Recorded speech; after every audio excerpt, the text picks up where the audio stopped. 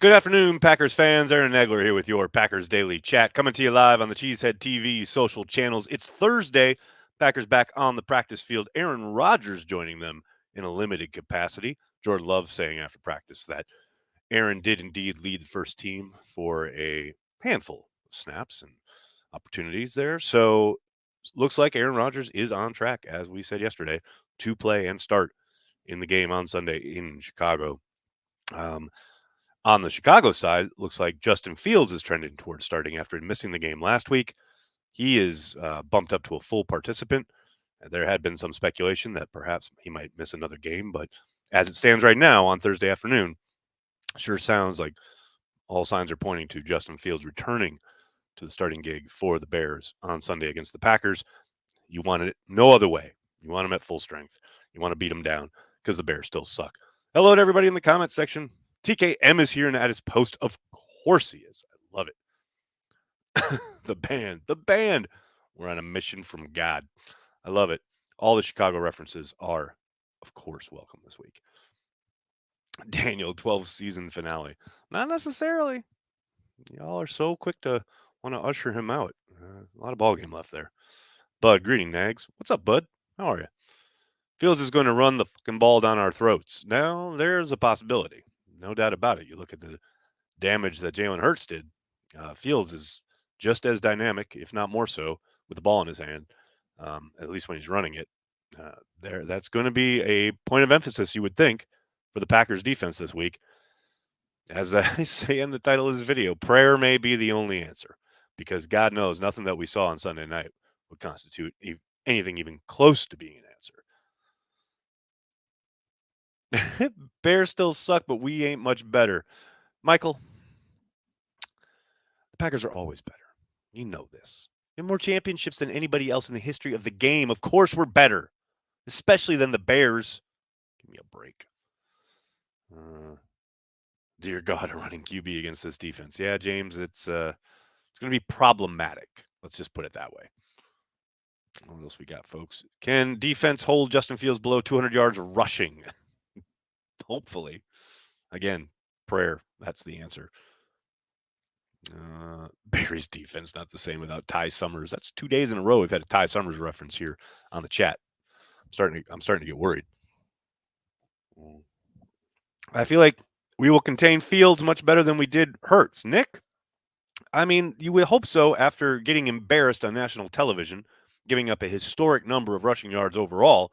You would think and you would hope that the game plan coming into this contest would be a little more buttoned up and ready to contain a running quarterback. But hell, they had 10 days to prepare for Jalen Hurts and didn't seem to give a crap that they knew, supposedly, that he would be able to run the football on them. So who knows? Dobbs playing this week. You think this weekend, Darren? I really hope so, but I would suspect he's probably still a week away. But you never really know.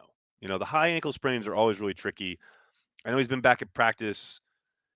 I would think they would probably want to give him one more week. But hey, if I wake up on Sunday and I'm surprised that he's active, I'll be very happy. I'd love to have him out there, but we'll see. Obviously, they have all the medical information and they'll make the determination on heading into the weekend about whether it's time for him to go or whether they need to wait another week.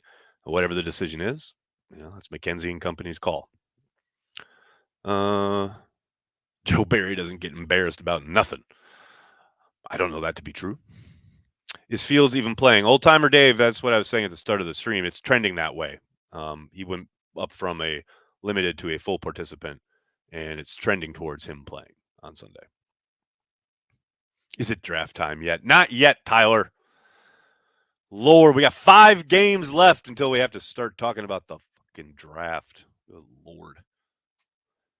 Bears also don't have an A.J. Brown deep threat, so if Preston and company can hold the edge, we should be okay. I feel you, Nick. I mean, they did put Mooney, they're probably the best receiver, on IR this week.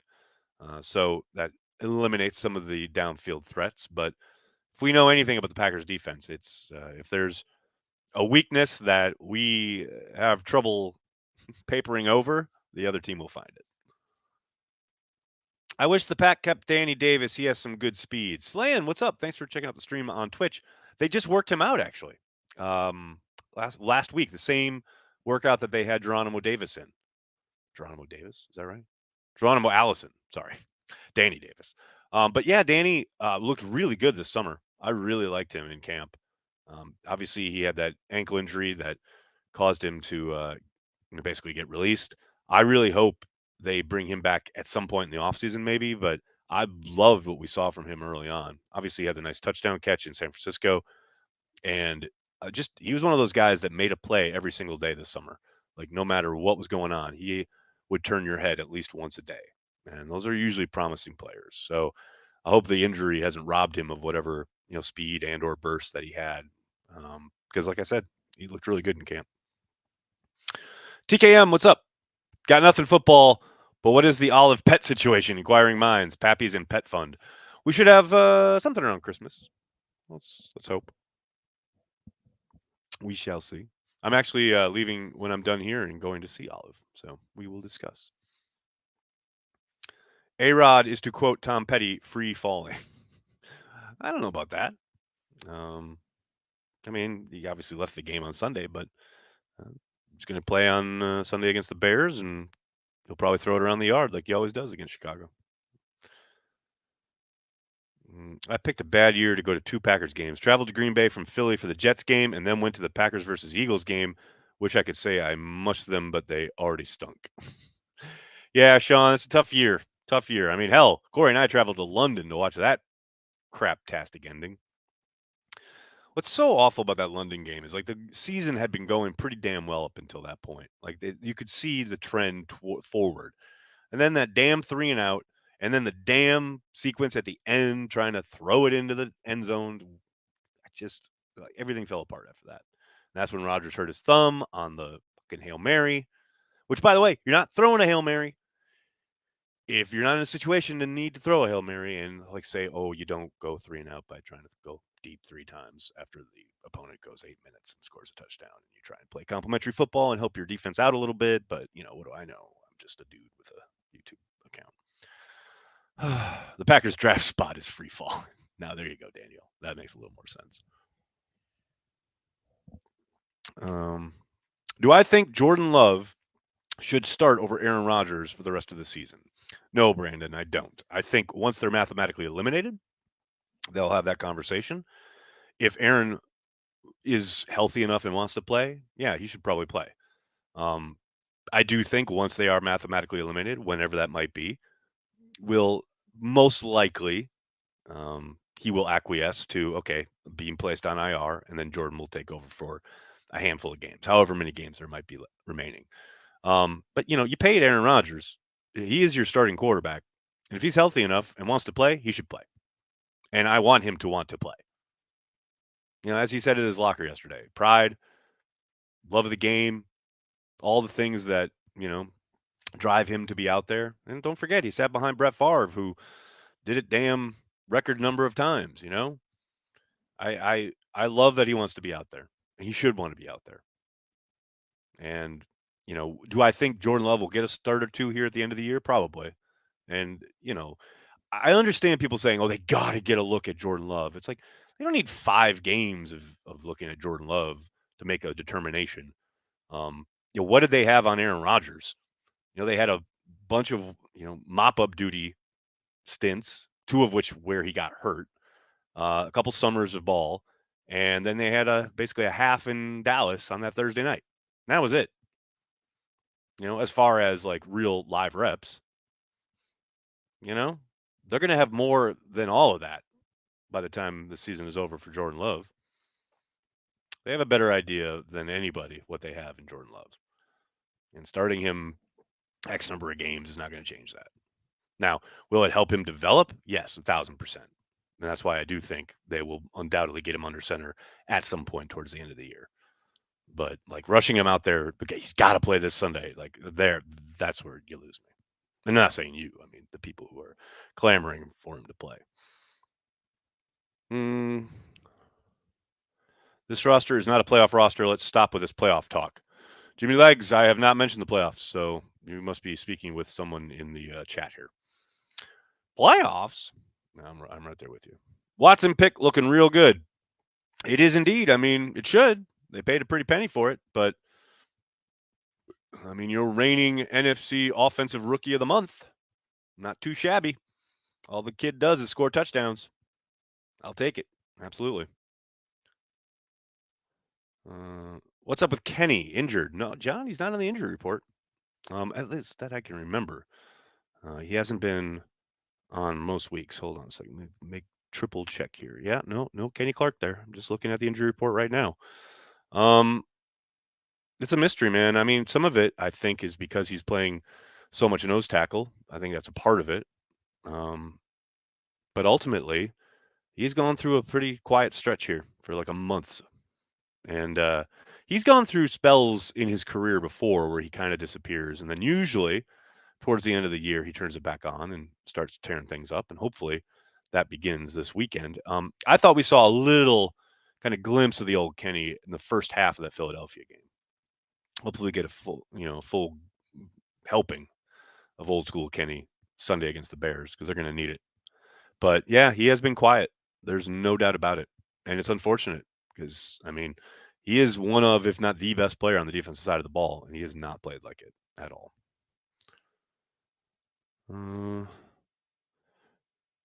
Goot has figured out why Ted Thompson used to go into hiding.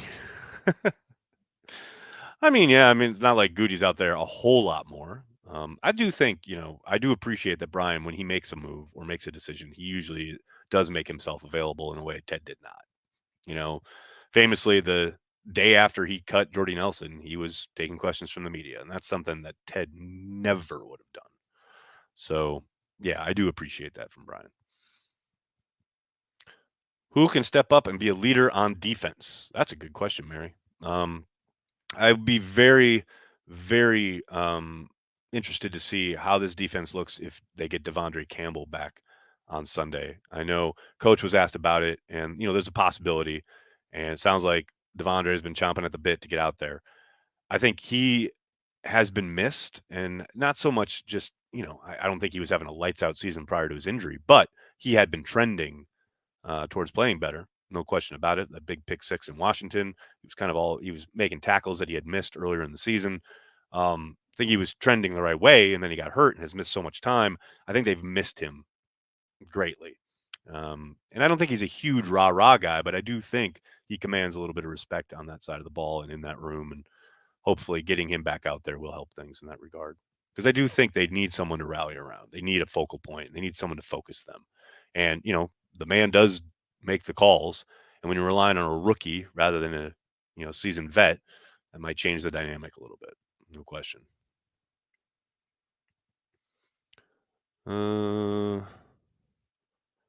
Nathan, you say they know what they have in Love more than anybody, but they continuously throw Amari Rodgers on kick returns when they have an actual weapon. Doesn't that mean they're not good at evaluation? It means the quarterback position is completely different than any other position in professional sports. I don't care about any determinations made at any other position. Way more scrutiny, way more goes into breaking down quarterback play and or supporting a quarterback than any other position on the football field. And more conversation, more tape, more everything happens at the quarterback spot. Do I think Packers should fire Joe Barry? If we do, who should we replace him with? Well, Brandon, that's the big question there on the second part, right? I mean, everybody was clamoring for Mike Pettin to be fired, and they ended up with Joe Barry. Now everyone's clamoring for Joe Barry to be fired. Who knows if the next guy's better? I would love, someone like Vic Fangio, who is the godfather of this system. Although, who knows? He's probably going to be a hot name this offseason. I think they're going to have to cast the net far and wide if they do make a move. If Matt decides it's time to move on, I would like someone young, someone who hasn't gotten into a bunch of bad habits, someone who's on the cutting edge of defensive football. It's about the length of my requirements. These guys spend so much time, learning the game and who's doing what on what team and who's utilizing which positions and how best to thwart what offenses are trying to do in the NFL in 2022 more so than you and I could ever know, and could ever hope to believe that we have an idea of who might be available and a good fit for the personnel that they have. That is high level stuff, and clearly the Joe Barry hire has not panned out the way Matt probably would have wanted to. But I'm not entirely sure that Joe Barry's gone this offseason. I know nobody wants to hear that, but I think it's a 50-50 proposition. Everybody's saying Jim Leonard. I mean, you all wanted Mike Pettin gone. Why do you want a dude who runs Mike Pettin's system? I mean, it's the same system. It's a Rex Ryan disciple, Mike Pettin disciple system. The dude literally followed Rex Ryan and then Mike Pettin around the NFL. I don't know, man. Jim Leonard's fine. I mean, he's a good coach. I'm not taking anything away from him, but you know, again, I want a system that's not predicated upon something from 2002. Something new. That's just me. Ed, thanks for the super chat. In terms of Packers dysfunction, the focus should be LaFleur, hired Barry, stuck with Amari post London, lets Crosby kick off, poor player development, team lacks toughness, panics, and abandons run. All right, I think those last few are kind of silly. But I agree with the Amari thing, 100%. As far as lets Crosby kick off, that's not his call. That's Rich Bisaccia. That's literally his gig. He is the special teams coordinator. Hired Barry, obviously that's a tough one. But I love panics and abandons the run. They panicked when they were down 2 touchdowns in the fourth quarter against the Cowboys. I seem to recall them coming back and winning that game. I understand that there have been a lot of frustrating losses this year, but not everything is because like LaFleur is soft, which is I think hilarious. So he wasn't soft when they were winning 13 games a year, but now he's soft. Like, it's just funny to me. But to your overall point, Ed, I would agree with the sense that and I think I've talked about this here before on Daily, he does seem to have this tendency to want to, quote, place his faith in guys. He's talked about that with Barry. He's talked about that with Amari. He talked about it with Mo Drayton last year. We all know how that ended up costing them. And it seems like a blind spot. And, McCarthy had the same thing. Obviously, sticking with Dom Capers as long as he did, as everyone remembers. That seems to be a weakness. That seems to be a theme where maybe this offseason he takes a good hard look at himself and that tendency and makes some kind of change there. Like there, I think you're onto something. The rest of it, it's pretty silly.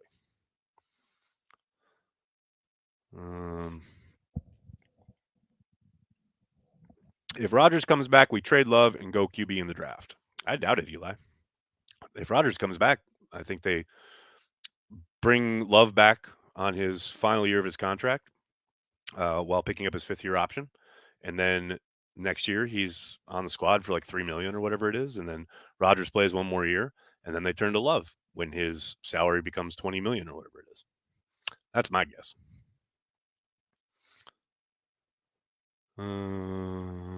Unless they pick up the 5th-year option, that'll confirm they want Love after Rodgers. Unless Rodgers runs the table, there's no way he's walking away after this debacle of a season. I tend to agree, New York Cheesehead. That's what people keep saying, like, oh, he's going to get traded or he's going to retire. It's like, no, the most likely scenario is that he's going to be back next year. That's it. And no one wants to hear that because that's not as fun as and exciting and blah, blah, blah. And the narratives aren't as crazy. Everyone gets all juiced up about, photoshopped Aaron Rodgers in different jerseys, whatever. None of that's going to happen. He's going to be back in Green Bay. He's going to have one final hurrah with the Packers. Anybody else fed up with the corny celebrations on defense? Make a play, then give up a 3rd and 14. No, I have no problem with it. As Bill Belichick once said, you work hard, and it's a damn hard fucking world in the NFL. And you make a play, you get to celebrate. That's it. I don't care. None of that really bugs me that much. Though the 3rd and 14 kind of bugged me because it's like it's in the run of the game and you've given up 13 yards on 3rd and 14. You're celebrating it's a 4th down, but like they're going to go for it. But like somebody making a tackle or has a sack or whatever, yeah, celebrate. You should. 100%. Fucking hard work, man. William, thank you. That's very nice of you to say. What else we got? I got the Eds. I got Ed's super chat. What else did I got? TKM. Thanks for the super chat. Does Russ Ball have the cap space for QB Jordan Love 5th year? Well, remember, the 5th year option is for the season of 2024, where the money, the cap, is supposed to balloon thanks to the new media deals. Now, is it enough? I have no idea. We don't even really have a firm grasp of what that number is going to be yet, but it is going to grow much greater than it has in the last number of years. So, does he? I mean, hopefully he's got a model with all that stuff worked out because that's literally his job. Jason, thanks for the super chat. Do you think there's a scenario where they keep Jordan Love another year and not give him the 5th year when Rodgers retires and then pay Jordan Love a regular contract? It's possible. It's possible, Jason. I think everything's on the table. I think those are part of the conversations that are going to happen this offseason. Joe, thanks for the super chat. Packers could be at full strength with wide receivers. Is that good news or bad news in terms of how much they will utilize Aaron Jones, and AJ Dillon?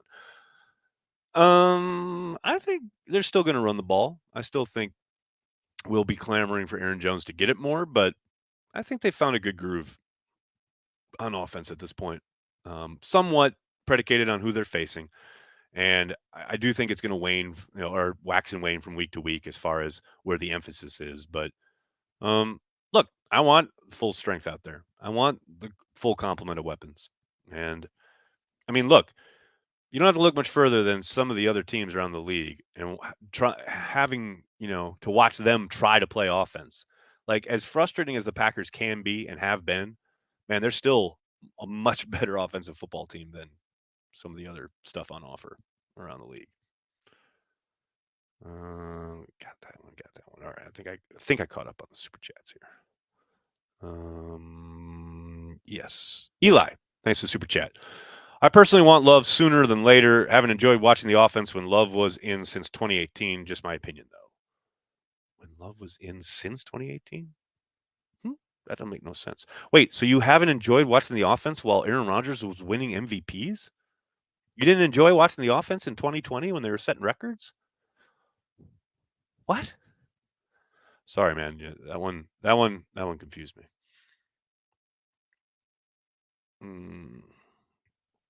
Saw the Museum of Moving Image listed as one of New York's best museums recently and remembered you recommending it. Yes, Jake, I highly recommend it. If you're in the New York area and you can pop out to Astoria, go see it. It's awesome. It's so cool. It's one of my favorite places in the city, and I take my girls all the time. Packerman 80. Miami is going to be tough. Yeah, I'm trying not to think about it, man. That's the fact that we have to play them on Christmas. Ho ho ho. Not my favorite.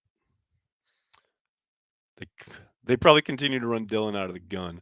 Daniel, I know that I don't know if you saw Matt's presser today, but he was asked about. I think Spoon asked him, like, isn't it apparent that AJ runs better with the quarterback under center and like getting up head of steam or whatever? And Matt pulled out the dreaded, well, it really depends week to week and the opponent and blah, blah. Oh God, no! Just say yes. It's obvious. Drives me nuts, man. Drives me nuts. And I know he's got to he can't just say it because then opponents will be like, well, we know. NFL, man, freaking NFL. All right, buddy, I'm going to have to get going. I can't thank you enough for hanging out, talking Packers each and every day, Monday through Friday, right here on the Cheesehead TV social channels. Please do me a monster favor and hit like on this video, subscribe to the channel, and then tell your friends and tell your family, Cheesehead TV, we are devoted to Green Bay Packers fans worldwide. Thanks a lot, everybody. Have a great day. Go Pack, go.